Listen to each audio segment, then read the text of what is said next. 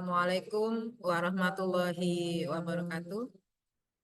Anak-anak, kita melanjutkan materi yang minggu kemarin, yaitu sekarang mengenai strategi mengatasi ancaman dalam bidang ideologi, politik, sosial budaya, ekonomi, pertahanan, dan keamanan. Oke, anak-anak, bagaimana keadaan kalian di dunia prakerin atau di tempat PKL kalian? Saya harapkan keadaan kalian dalam keadaan sehat walafiat, dan kalian di tempat prakerin selain bisa mengerjakan tugas-tugas yang ada di tempat prakerin, kalian juga bisa menyempatkan diri untuk belajar pembelajaran yang ada di sekolah, walaupun pembelajaran ini melalui daring. Oke anak-anak, kita lanjutkan materi dari pembelajaran minggu lalu. Sekarang yaitu mengenai pembelajaran strategi mengatasi ancaman.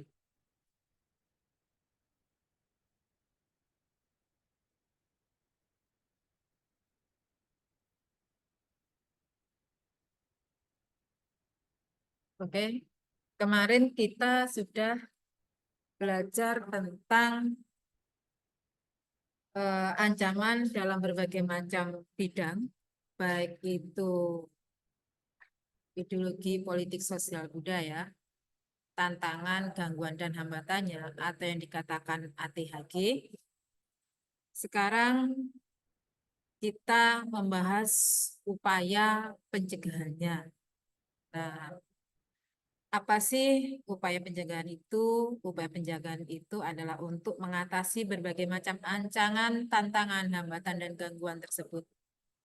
Karena di sini Indonesia melakukan beberapa upaya seperti memperkuat sistem pertahanan dan keamanan, modernisasi, kemudian peningkatan kapasitas TNI dan Polri, serta kerjasama internasional di bidang keamanan.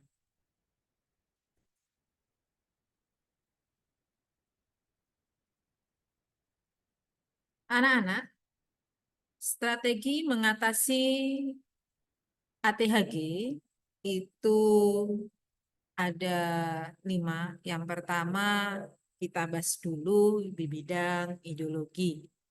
Nah, kemarin Bu Titin sudah menyampaikan, kalau kita berbicara ancaman di bidang ideologi, berarti ancaman di mana munculnya berbagai macam gerakan separatis atau melunturnya nilai-nilai Pancasila. Nah, bagaimana cara mengatasinya? Cara mengatasinya yaitu memperkuat mental bangsa dengan memberikan wawasan makna Pancasila kepada setiap pelajar dari tingkat pendidikan yang paling rendah. Nah, makanya kenapa sih dari tingkat TK sampai sekarang yang diublek-ublek materinya Pancasila terus. Nah, ini salah satu contoh strategi mengatasi ancaman di bidang ideologi. Kalau kita mereview di masa lalu, ya di masa lalu salah satu contoh eh, pemberontakan G30 SPKI. Pemberontakan G30 SPKI ini itu semerta-merta ingin mengganti ideologi kita, ideologi Pancasila menjadi ideologi komunis. Nah, kemarin tepat tanggal 1 Juni, ya sekarang tanggal 3, 2 hari yang lalu, itu kita memperingati hari lahirnya Pancasila. Nah, kalau kita berbicara Pancasila, apa sih yang harus kita lakukan? Ya, jadi perilaku kita itu harus sesuai dengan nilai-nilai Pancasila yang tertera dalam sila 1 sampai sila kelima. Salah satu contohnya, kalau kita mengamalkan sila pertama, yaitu ketuhanan yang Maha Esa. Kenapa kita berbicara ketuhanan? Karena Indonesia itu adalah negara berdasarkan atas Tuhan yang Maha Esa. Karena bangsa Indonesia di sini rakyatnya itu memiliki agama dan tidak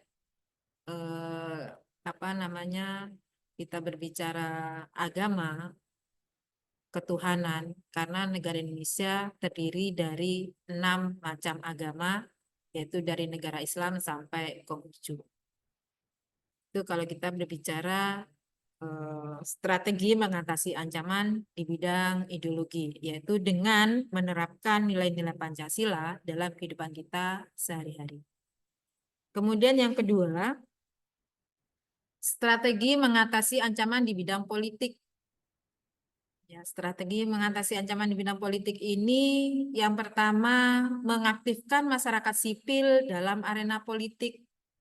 Contohnya apa? Contohnya dalam 2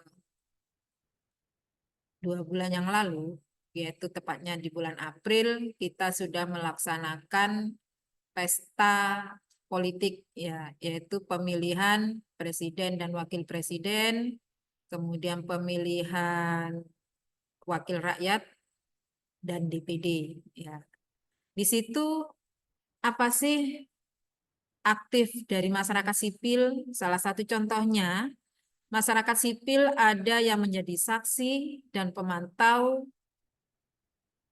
dari adanya gelar pesta politik demokrasi Indonesia, yaitu saksi dan pemantau itu diambil dari rakyat sipil.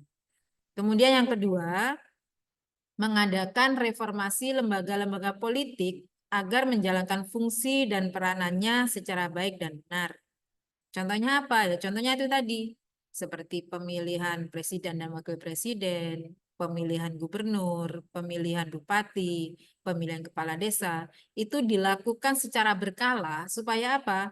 Supaya lembaga-lembaga politik itu bisa berganti atau direformasi. Tidak hanya orang-orang itu saja yang menjabat, tetapi bisa diganti oleh orang-orang lain yang memang kompeten dalam bidang tersebut. Kemudian yang ketiga yaitu memperkuat kepercayaan rakyat dengan cara menegakkan pemerintahan yang bersih dan berwibawa. Seperti apa sih pemerintah yang bersih dan berwibawa itu? Berarti pemerintahan yang bersih tanpa adanya KKN. Apa itu KKN? KKN adalah korupsi, kolusi, dan nepotisme. Kalau kita berbicara korupsi, yaitu apa sih pengertian korupsi itu? Korupsi itu adalah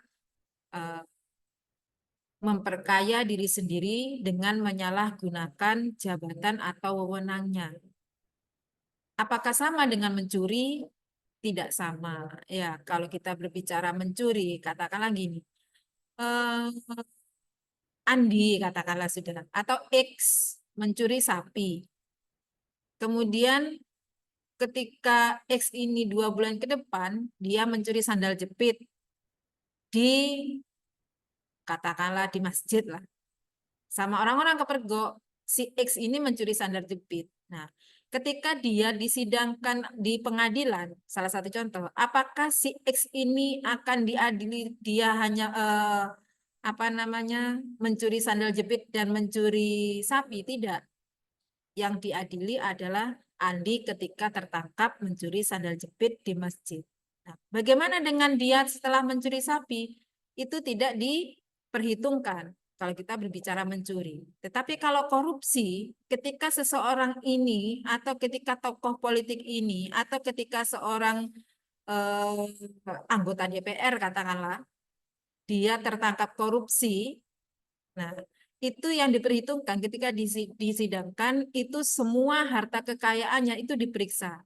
Bahkan semua disita oleh negara karena apa? Karena pengadilan antara korupsi dan mencuri itu tidak sama. Itu kalau kita berbicara pengertian korupsi dan mencuri. Makanya ada yang bilang kadang kenapa sih Bu kalau orang pencuri itu hukumannya kok seperti ini, yang korupsi malah dia leha-leha dan sepertinya. Karena untuk membuktikan orang itu korupsi dan tidak, itu sangat sulit sekali. Tidak sama seperti orang mencuri. Kalau orang mencuri, barang buktinya ada, contohnya seperti tadi saya contohkan, barang buktinya ada, sandal jepit. Nah, maka dia bisa diadili di pengadilan karena barang bukti tersebut. Nah, seperti itu. Kemudian kolusi. Kolusi itu apa sih pengertian kolusi? Kolusi itu adalah permufakatan jahat. Permufakatan jahat dengan siapa? Dengan orang yang memiliki kepentingan. Salah satu contoh yang real ya, contoh yang nyata itu sama kalian sudah. Ketika kalian mengendarai motor, kemudian kalian kena tilang polisi, kalian salam tempel sama polisinya. Itu salah satu contoh dari kolusi atau permufakatan jahat antara kalian dengan polisi. Yang salah siapa? Apa polisinya? Tidak, sama-sama salah. Kalian merasa contoh ya, masyarakat Indonesia itu intinya tidak mau ruwet. Kenapa tidak mau ruwet? Kalau saya kena tilang polisi, Bu, saya harus sidang ke pengadilan, saya harus membayar denda. Kalau salam tempel sama polisi sudah selesai di situ. Nah, itu yang membuat apa istilahnya budaya kolusi ini tidak bisa hilang dari negara kita. Karena apa? Masyarakatnya sendiri yang tidak mau direpotkan dengan aturan-aturan yang berlaku. Sekarang nepotisme. Apa itu nepotisme? Nepotisme itu adalah mementingkan kesejahteraan atau mementingkan keluarga, kerabat, maupun kenalan dibandingkan orang lain. Contoh nih, ketika saya menjadi seorang apa ya seorang manajer lah di sebuah kantor. Nah, di situ ada lowongan pekerjaan. Memang betul, lowongan pekerjaan itu saya kasih pengumuman di media sosial, baik itu di surat kabar, ada lowongan pekerjaan di situ. Ditulis lowongan pekerjaan mencari marketing atau mencari apa istilahnya bagian toko dan lain sebagainya. Nah, karena saya merasa saudara saya atau kenalan saya itu ada yang nganggur, itu yang saya terima, yang saya masukkan. Nah, kenapa? Ini namanya nepotisme, yaitu lebih mementingkan keluarga dan kerabat dibandingkan orang lain. Orang lain mendaftar, dibilang ya sudah masukkan lamarannya, tetapi itu tidak dibaca lamarannya. Karena apa? Karena saya lebih mementingkan keluarga, kerabat ataupun kenalan saya untuk saya masukkan menjadi mengisi posisi yang kosong di kantor saya. Itu namanya nepotisme. Nah, kemudian yang keempat, menegakkan supremasi hukum.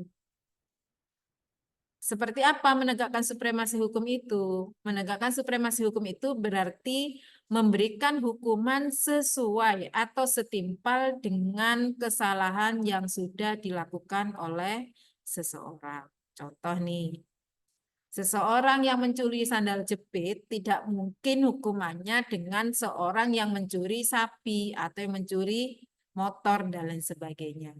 Nah, itu namanya menegakkan supremasi hukum.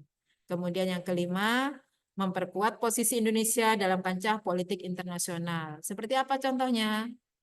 Contohnya kita sudah menjadi salah satu anggota ASEAN, di mana di sini kita di dalam politik internasional itu sudah memberikan sumbangsih, atau salah satu contohnya seperti kita memberikan programnya yaitu gerakan non blok, yaitu tidak blok barat atau blok timur. Kemudian yang ketiga yaitu strategi mengatasi ancaman di bidang ekonomi. Strategi mengatasi ancaman di bidang ekonomi itu ada dua, yaitu secara internal dan secara eksternal. Apa saja yang secara internal? Yang secara internal itu salah satunya adalah menciptakan lapangan kerja padat karya. Seperti apa lapangan kerja padat karya itu? Lapangan kerja padat karya yaitu lebih menekankan Yang bekerja itu adalah manusianya, bukan mesin. Nah, seperti apa padat karya di sini? Itu diterapkan oleh pemerintah dalam bidang pertanian, dalam bidang pendidikan, dan dalam bidang kesehatan. Di situ lebih banyak menyerap tenaga kerja manusia dibandingkan alat atau mesin. Kemudian pembangunan infrastruktur. Buat apa sih pembangunan infrastruktur ini? Yaitu pembangunan infrastruktur sangat penting untuk pembangunan ekonomi. Salah satu contohnya apa? Seperti membangun jalan tol, seperti pembangunan jalan-jalan ke pedesaan. Gunanya apa?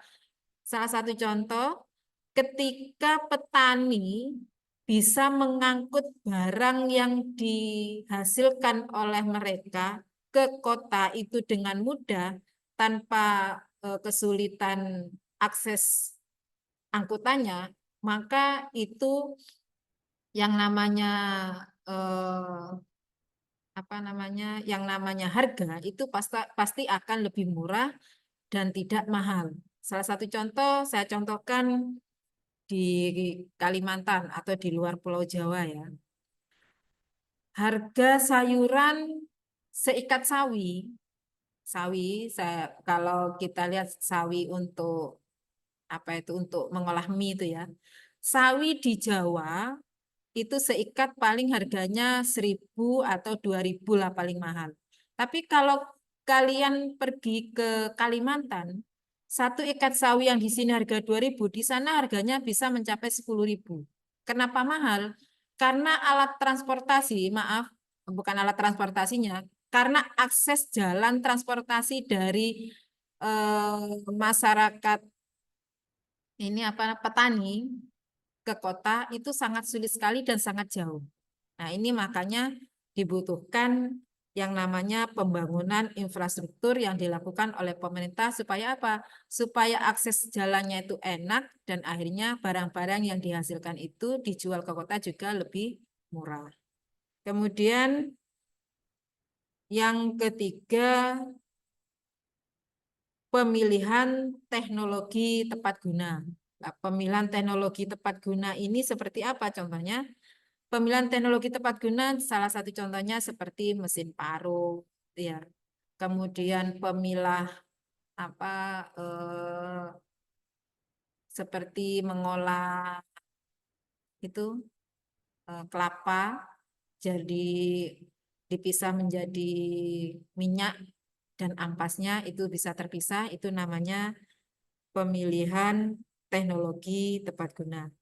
Kemudian yang kedua, strategi secara eksternal, yaitu Indonesia harus membangun dan menjaga hubungan baik dengan negara-negara lain dalam tatanan ekonomi dunia. Nah, secara tidak langsung sekarang kita memasuki era globalisasi, ya. Jadi bagaimana caranya supaya Indonesia itu tidak ketinggalan oleh negara lain, makanya kita di sini harus bisa menerapkan budaya di mana masyarakat kita itu harus mencintai produk-produknya sendiri atau produk-produk dalam negerinya sendiri. Dan kalau bisa, kita itu bagaimana caranya mengembangkan produk-produk kita supaya produk kita itu bisa diekspor ke luar negeri. Kemudian yang keempat adalah strategi mengatasi ancaman di bidang sosial budaya. Ancaman di bidang sosial budaya itu bisa berupa dari dalam dan bisa berupa dari luar, sama. Ancaman dari dalam, salah satu contohnya adalah isu kemiskinan, kebodohan, keterbelakangan, dan ketidakadilan. Ancaman dari luar yaitu masuknya nilai-nilai budaya asing. Seperti yang saya jelaskan kemarin, saya contohkan saja sudah di sini tentang ancaman yang dari luar yaitu berupa masuknya nilai-nilai budaya asing. Seperti apa nilai-nilai budaya asing? Budaya Indonesia, di mana budaya kita adalah budaya timur, orangnya itu sopan, kemudian cara berpakaiannya itu juga sopan, tutur bicaranya halus. Nah, ini mulai masuk budaya asing tanpa bisa kita bendung, karena kita berbicara era globalisasi, tanpa kita ada bendung. Kalau kita tidak bisa menerapkan nilai-nilai Pancasila dalam kehidupan sehari-hari, maka kita akan tergerus, kita akan ikut. Salah satu contoh nih, Indonesia budayanya adalah menggunakan kain panjang atau yang dikatakan jarik ya. Kalau dulu masyarakat kita menggunakan jarik panjang berkebaya. Kalau anak sekarang mungkin wah itu ribet. Kalau saya mau kerja itu sangat mengganggu sekali. Masa sih kerja pakai kebaya, pakai jarik atau sewek? Kan tidak mungkin. Makanya bangsa kita untuk melestarikan budaya timur itu dipakailah yang namanya rok panjang. Kemudian kebayanya diganti dengan busana panjang. Nah, seperti itu ya. Itu adalah budaya-budaya negara kita. Nah, ancaman dari budaya luar seperti apa? Muncul tren-tren rok mini, kemudian baju tank top yang tidak memakai lengan dan lain sebagainya. Itu salah satu contoh ancaman di bidang budaya. Jadi budaya kita dimasuki oleh budaya-budaya orang, oleh budaya-budaya Barat yang tidak sesuai dengan budaya bangsa Indonesia.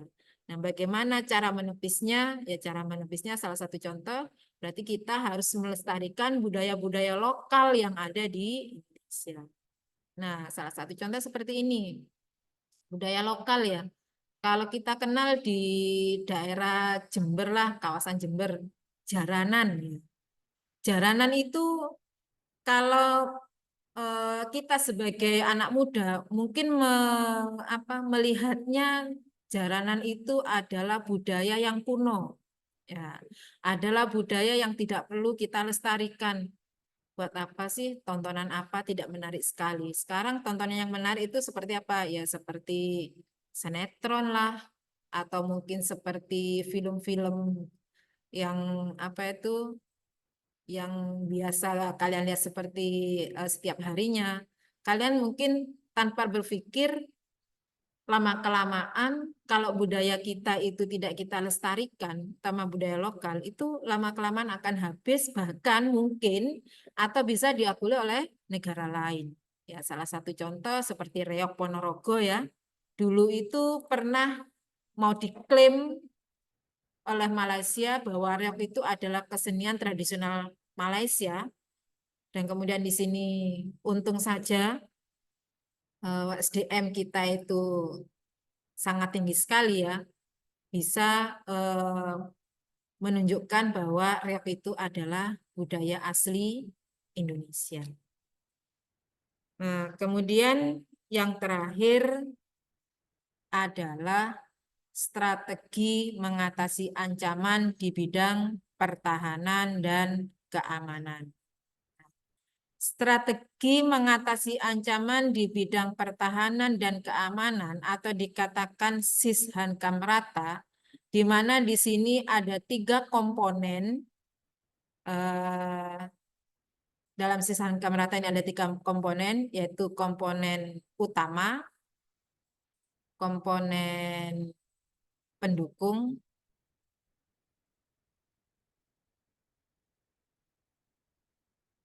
nah, kita lihat yang pertama yaitu komponen utama. Komponen utama itu adalah dilakukan oleh TNI dan Polri, ya, di mana komponen utama ini sangat penting sekali pertahanannya. Salah satu contoh kemarin sudah saya kasih contoh perairan Natuna ya, itu salah satu wilayah yang mana ada kapal asing atau kapal Cina yang berlayar di perairan Natuna, dan Cina juga mau mengklaim bahwa Natuna itu adalah perairannya.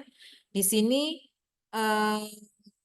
TNI dan Polri, Angkatan Laut itu sangat berperan sekali di dalam menjaga keutuhan wilayah NKRI.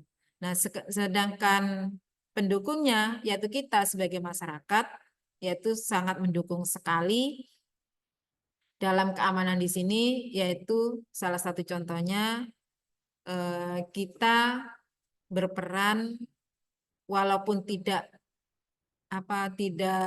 berada dalam medan paling depan. Jadi kita di sini cara mendukungnya yaitu salah satu contohnya adalah dengan melakukan suatu tindakan di mana negara kita itu supaya tidak bisa direbut atau dikuasai oleh negara lain.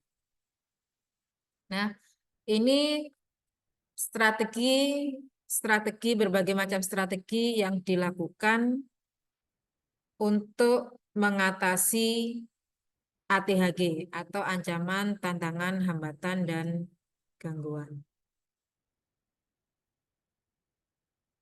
Kemudian di sini Ibu akan memberikan sebuah contoh video pada kalian.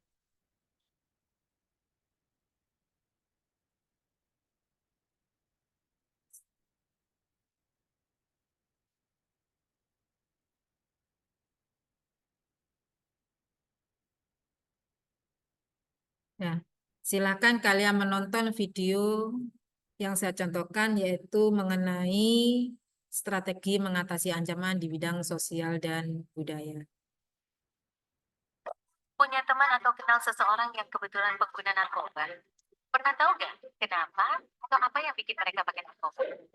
Tahu, pernah nggak ngebayangin apa jadinya kalau yang pakai narkoba itu kita sendiri? Narkoba, atau sering juga disebut nafsa, singkatan dari narkotika, psikotropika, dan zat adiktif lainnya, adalah istilah yang ngegambarin semua bahan atau senyawa yang bisa menyebabkan perubahan perilaku dan bisa mengakibatkan ketergantungan kalau digunakan dengan tidak sesuai. Penyalahgunaan narkoba bisa membuat kita kecanduan, yang akhirnya bikin kita terus-terusan mengkonsumsi narkoba dengan jumlah makin banyak pula. Dampak kecanduan narkoba bakal dirasakan oleh otak kita, terutama otak bagian depan yang fungsinya mengatur gerakan, ucapan, perilaku, memori, emosi, dan kepribadian kita. Kita jadi nggak bisa berpikir jernih, gampang lupa, dan sulit berkonsentrasi. Emosi kita jadi nggak stabil, jadi gampang marah-marah atau ngamuk-ngamuk. Keluarga dan teman juga bisa jadi frustasi ngadepin kita yang kayak gini. Yang bikin serem, fungsi otak kita belum tentu bisa pulih lagi, walaupun kita udah berhenti menggunakan narkoba. Nah, sekarang bayangin, kalau ini terjadi di masa pandemi kayak sekarang ini. Udah kesepian, depresi, dan stres gara-gara pandemi, masih ditambah lagi depresi dan kesepian karena dijauhi teman dan keluarga. Kebayang gak sih, kita ngajakin teman untuk mabar game online, tapi gak ada yang mau? Bukan karena kita jago mainnya, tapi karena takut pas lagi asik main, kita tiba-tiba marah-marah gak jelas, cuma gara-gara alasan sepele. Males kan? Bukan cuma itu, dampaknya ke tubuh kita juga bisa berbahaya. Beberapa hasil penelitian bilang kalau penyalahgunaan narkoba bisa berdampak pada penurunan kekebalan tubuh kita. Akibatnya, tubuh jadi lebih gampang terserang virus, seperti virus corona yang lagi rame-ramenya sekarang ini. Makin serem kan? Nah, setelah tahu dampak negatif narkoba, terus gimana dong caranya supaya kita nggak terjerumus penyalahgunakan narkoba? Terutama di masa pandemi seperti sekarang ini. Menurut survei, banyak teman-teman yang menggunakan narkoba gara-gara mereka merasa kesepian dan gak punya teman. Jadi mereka nggak punya tempat curhat saat stres. Jadi, menjalin hubungan pertemanan yang sehat itu penting banget buat ngebantu kita menghindari narkoba. Nah, di masa pandemi kayak sekarang ini, gimana kita bisa tetap menjaga hubungan dengan teman-teman kita? Padahal ketemu aja sulit. Ya, banyak caranya. Misalkan, sekali-sekali video call sama teman-teman. Bisa sekedar nanya kabar atau ngebahas film terbaru. Atau bisa juga ngajak teman-teman untuk main game online bareng. Atau bikin sesi julid. Maksudnya, diskusi bareng di grup aplikasi chat bareng teman-teman. Atau bisa juga bareng teman-teman di tempat kerja, ngelakuin aktivitas bareng di luar rumah, seperti quest bareng. Tentu sambil tetap ngikutin protokol kesehatan ya. Terus, kalau teman-teman kita lagi sibuk dengan pekerjaan dan belum bisa diganggu, gimana dong? Nah, jangan lupa, kita masih punya teman yang jaraknya nggak jauh dan bisa kita ajak ngobrol kapan aja, yaitu keluarga kita sendiri. Masa pandemi ini bisa jadi kesempatan bagus buat kita untuk menjalin komunikasi yang lebih hangat dengan anggota keluarga. Misalnya, dengan kakak atau adik, atau dengan orang tua kita. Selain itu, masih menurut survei, banyak juga teman-teman yang menggunakan narkoba gara-gara iseng dan nyoba-nyoba. Berarti, kita harus berusaha supaya jangan ada waktu nganggur atau bengong yang bisa bikin kita jadi iseng pengen nyobain narkoba. Tapi di masa pandemi ini kan, kita lebih banyak di rumah dan minim kegiatan. Jadi, makin banyak dong waktu di mana kita nggak ngelakuin apa-apa. Nah, daripada kita kebanyakan bengong mikirin pacar yang tiba-tiba AFK dan gak bales-bales chat, mending kita cari kegiatan untuk ngisi waktu luang itu. Misalnya, nekunin hobi baru seperti menyusun puzzle, main Rubik Cube, berkebun, menulis, dan banyak lagi. Atau belajar hal-hal baru di internet. Misalnya, belajar main alat musik, belajar menggambar, belajar masak, dan lain-lain. Atau bisa juga melakukan kegiatan religius, hati jadi tenang. Nah, selain berusaha menghindari pengaruh narkoba kepada diri kita sendiri, kita bisa juga membantu teman-teman kita untuk menghindari penyalahgunaan narkoba. Istilah kerennya, kita bisa ikut jadi agen perubahan. Banyak juga teman-teman yang terjebak kecanduan narkoba karena mereka menerima informasi yang salah tentang narkoba. Misalnya, ada yang mendapat info kalau narkoba bisa membantu melangsingkan badan. Atau ada juga info yang bilang kalau narkoba bisa bikin stamina kita lebih kuat. Nah, kita bisa berkontribusi dengan cara ikut nyebarin informasi dan edukasi yang benar tentang narkoba kepada teman-teman lewat akun medsos kita misalnya.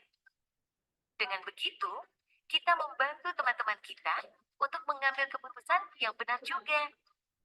Tapi yang paling penting, kita harus bisa menerima diri kita apa adanya. Salah satu alasan utama kenapa banyak teman-teman kita yang terjerumus menggunakan narkoba adalah karena mereka takut gak diterima di lingkungan sosial. Atau takut gak diakui oleh teman-teman. Sudah saatnya kita bisa mencintai diri kita sendiri. Karena tiap manusia itu istimewa dan unik. Dan kita gak perlu penilaian orang lain untuk tahu seberapa istimewanya kita. Kita bisa jadi keren tanpa harus selalu ikut-ikutan orang lain kok. Jangan takut untuk bilang enggak sama teman-teman kita yang nawarin kita untuk pakai narkoba. Dan gak usah takut kehilangan teman gara-gara itu. Teman yang baik pasti akan mendukung kita ngelakuin sesuatu yang baik juga. Dengan menerima diri kita sebagai individu yang istimewa dan punya kelebihan dan kekurangannya sendiri, kita jadi tahu gimana cara membuat hidup kita lebih seru dan menyenangkan tanpa harus menggunakan narkoba. Tentu, sambil terus menjaga hubungan yang sehat dengan keluarga dan teman-teman kita, karena mereka adalah pendukung utama kita dalam menghadapi setiap masalah, seperti kita juga bagi mereka.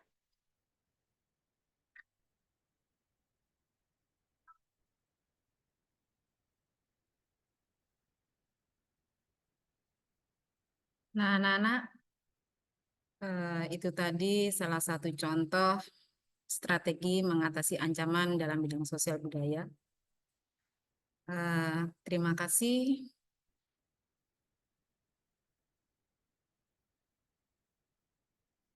Terima kasih. Kalian bisa mengembangkan atau bisa mencari informasi-informasi yang lain, terutama di internet ya, tentang apa saja selain yang saya terangkan strategi untuk mengatasi ancaman dalam ATHG. Semoga kalian sehat selalu. Wassalamualaikum warahmatullahi wabarakatuh. Bersatu